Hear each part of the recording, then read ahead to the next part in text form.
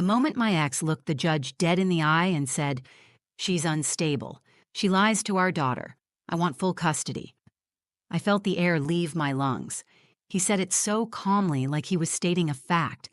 And the judge, she looked like she believed him.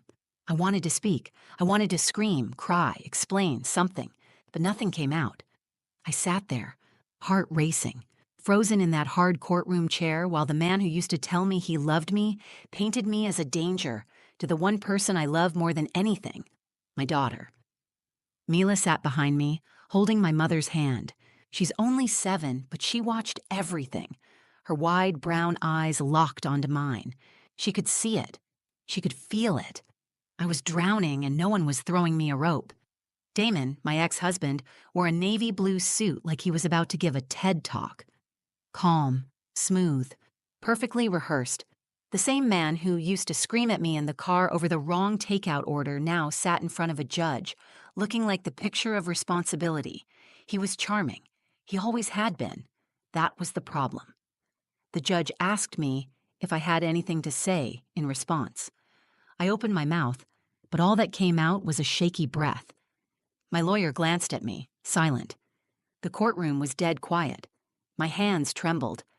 I was about to lose my daughter, and it felt like no one could see what was really happening. Then I heard a voice, small, clear and steady, from behind me. "Your Honor, I brought a video from Daddy's phone. I think you should see it." Everything stopped. The gallery turned. The bailiff looked confused. Damon's face drained of color. And for the first time that morning, Judge Harmon looked surprised. Mila stood up, still holding her pink school tablet in both hands. She wasn't crying. She wasn't scared. She looked braver than I'd ever seen her. She walked up to the front, past the wooden benches, past the man trying to take her away from me, and handed the judge her tablet. I didn't even know she had it with her. I didn't know what she recorded. I didn't even know she knew how to record on Damon's phone, but I knew something had just changed. The judge took the tablet. "What is this?" she asked. Mila's voice was soft but confident.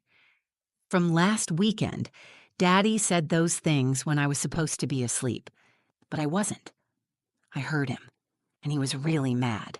And I thought, if you didn't believe Mommy, maybe you'd believe him."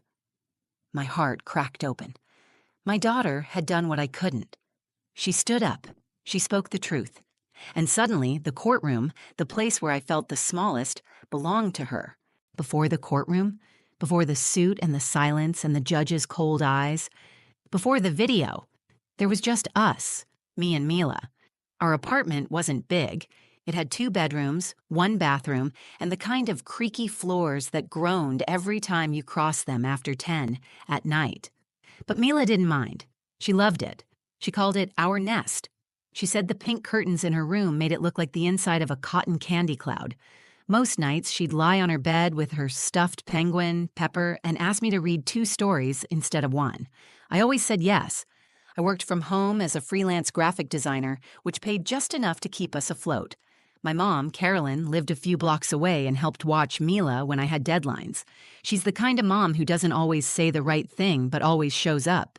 She'd bring lasagna unannounced, scrub my bathroom when I wasn't looking, and tell me, "You're doing better than you think, Aria."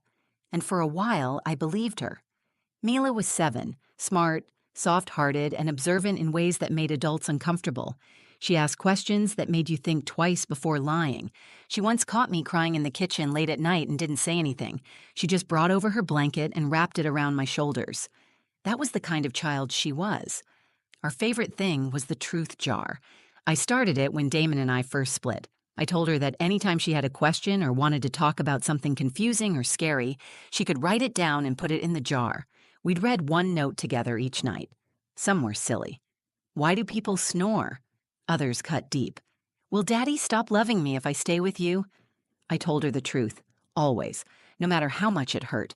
The divorce hadn't been clean. Damon wanted control more than he wanted custody. He agreed to joint custody on paper, but in practice, he pushed for more. He questioned every parenting decision I made, criticized what I fed her, complained if I picked her up 2 minutes late. And during his weekends, Mila would come home withdrawn and quiet. Sometimes she wouldn't talk to me at all until Tuesday. I brought it up in court, but Damon knew how to present himself. He was a former college athlete turned sales executive, the kind who made people laugh and remembered everyone's name. He wore confidence like a second skin. In public, he was all smiles. In private, he could snap over spilled juice or a missing charger. I kept track. I documented everything: emails, messages. I had a folder full of texts where he accused me of being unstable, where he called me names no child should hear their father use about their mother, but I never showed those to Mila. I thought I was protecting her. One night, after a particularly tense drop-off, Mila asked if I ever got scared around Daddy. I paused. She looked down at her cereal and said, "I do. But I think I'm not supposed to say that." That night, I couldn't sleep. I stared at the ceiling and wondered if I had failed her by not fighting harder, by trying too hard to keep things peaceful. A few weeks later, Damon filed for full custody. He said I was emotionally damaging Mila, that I lied to her about him, that I couldn't provide stability. His lawyer submitted statements claiming I was erratic, unreliable, and mentally unfit to co-parent. When I read those documents, my hands shook. I had to sit on the floor. Carolyn sat beside me, held my wrist, and said, "You have the truth." That's enough. I wanted to believe her. But in court, truth isn't loud. It's buried in evidence and twisted into strategy. Damon's lawyer painted a picture of a woman unraveling. My lawyer told me not to get emotional, not to speak unless asked, not to interrupt. But inside, I was screaming. Mila saw it all. Every tear I tried to hide, every time I whispered, "It's going to be okay," even when I wasn't sure it would be. I didn't know she was watching that closely. I didn't know she was listening. I didn't know she was planning anything at all. She was only 7. But somehow she understood what none of us had said out loud. She knew the truth mattered, and she knew the court needed to see it for itself. The custody hearing was set for a Monday morning. I barely slept the night before. Mila had fallen asleep clutching Pepper, her stuffed penguin, and I sat beside her bed until sunrise, just watching her. My chest felt heavy, like something was pressing down on it. I knew this wasn't just a legal matter. It was a fight for her life as she knew it, for the one thing I had poured every piece of myself into protecting. That morning, my mom came with us. She wore her church scarf, the silky one she only pulled out when she needed courage. I think she knew I didn't have much left in me. Mila wore a blue dress with sunflowers on it and packed her school tablet in her backpack like she always did. She didn't say much in the car.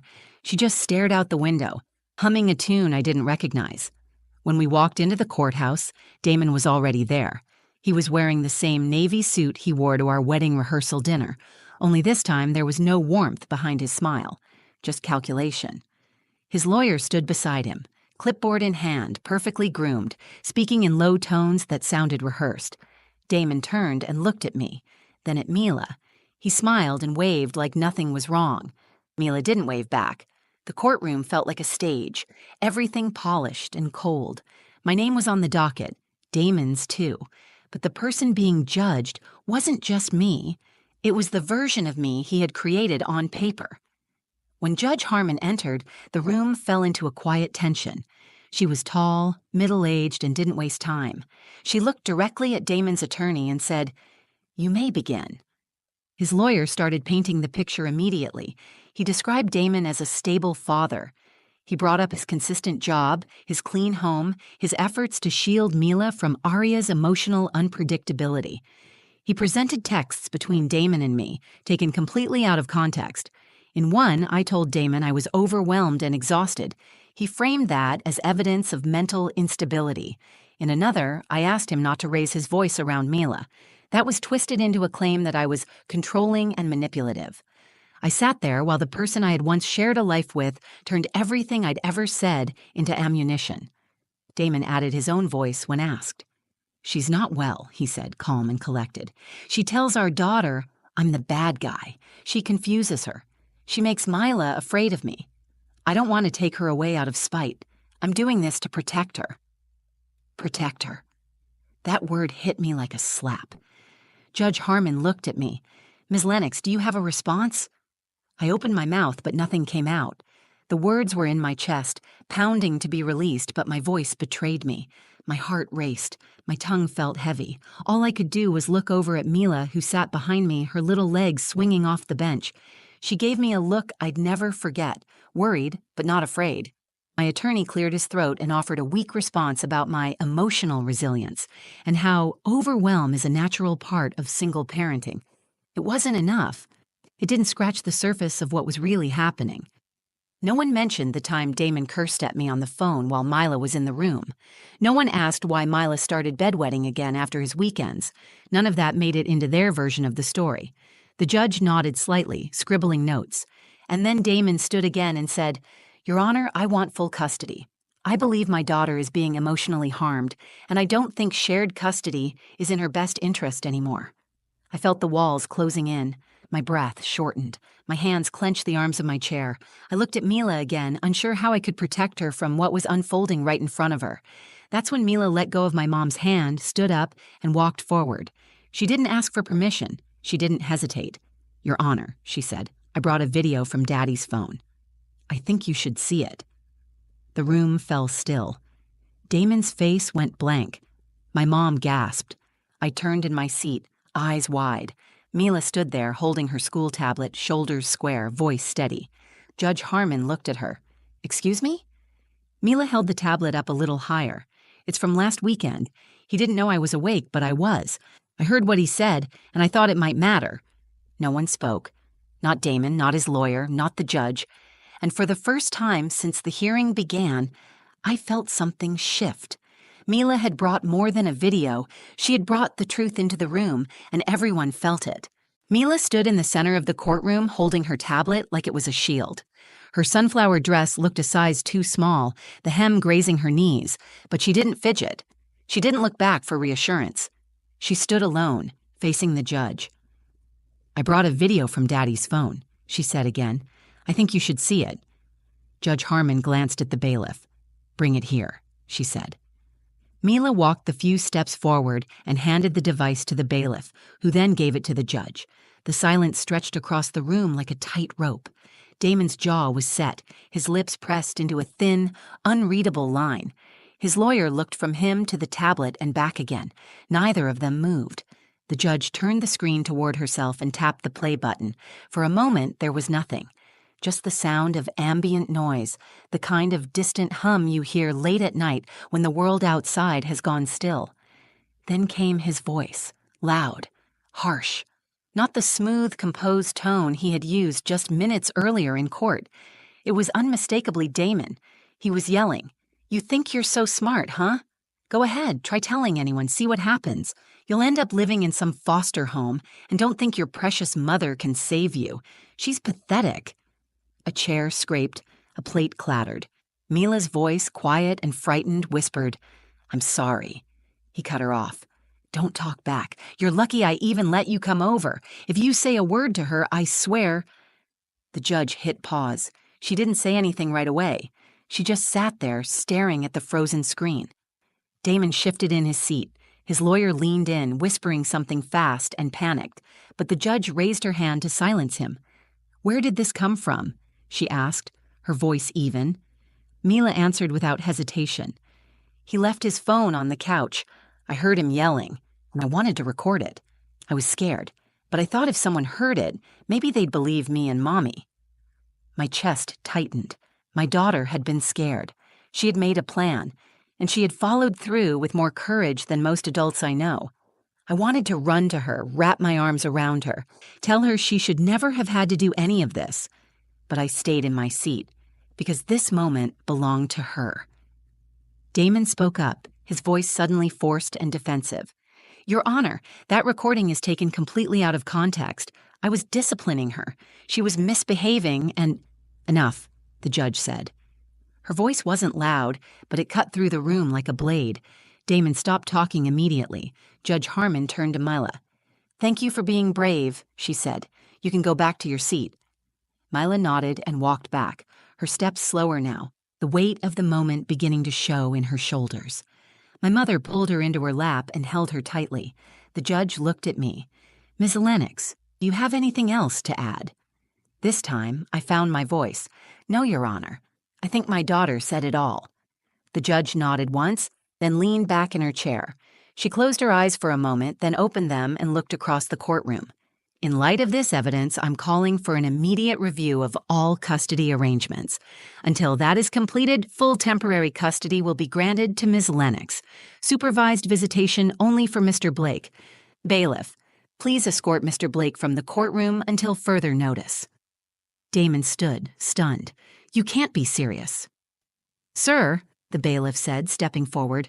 He looked like he wanted to argue, but instead, Damon turned and walked out, his lawyer scrambling behind him. The courtroom emptied slowly after that, but we stayed seated. Mila was quiet, head resting against my mom's shoulder. I finally stood and walked over to them, kneeling beside her. You were so brave, I said. She nodded, but didn't speak. I could see it hitting her now, the weight of what she had done. She hadn't just told the truth. She had stood up to someone who had spent years teaching her to stay silent, and in doing so, she had changed everything. The moment Damon walked out of that courtroom under the bailiff's watch, the entire atmosphere shifted. It felt like someone had cracked a window open in a room where we'd all been holding our breath. I could finally inhale, not fully relaxed, but enough to remember that I still had a voice and a heartbeat. The judge left the bench shortly after issuing her order. Her expression never changed, but I saw something different in her eyes when she looked at Mila. A quiet recognition. Not pity, not surprise. Respect. I gathered our things slowly, my fingers trembling slightly as I packed up Mila's bag. She was still curled into my mother's arms, exhausted but alert. Her tablet rested beside her on the bench, the screen still dark after the video. I reached for her hand. Do you want to come with me? I asked. She nodded and slid down from the bench. As we walked out of the courtroom, people watched us. A few glanced away quickly. Others held their stares longer. One woman mouthed the word brave as we passed her.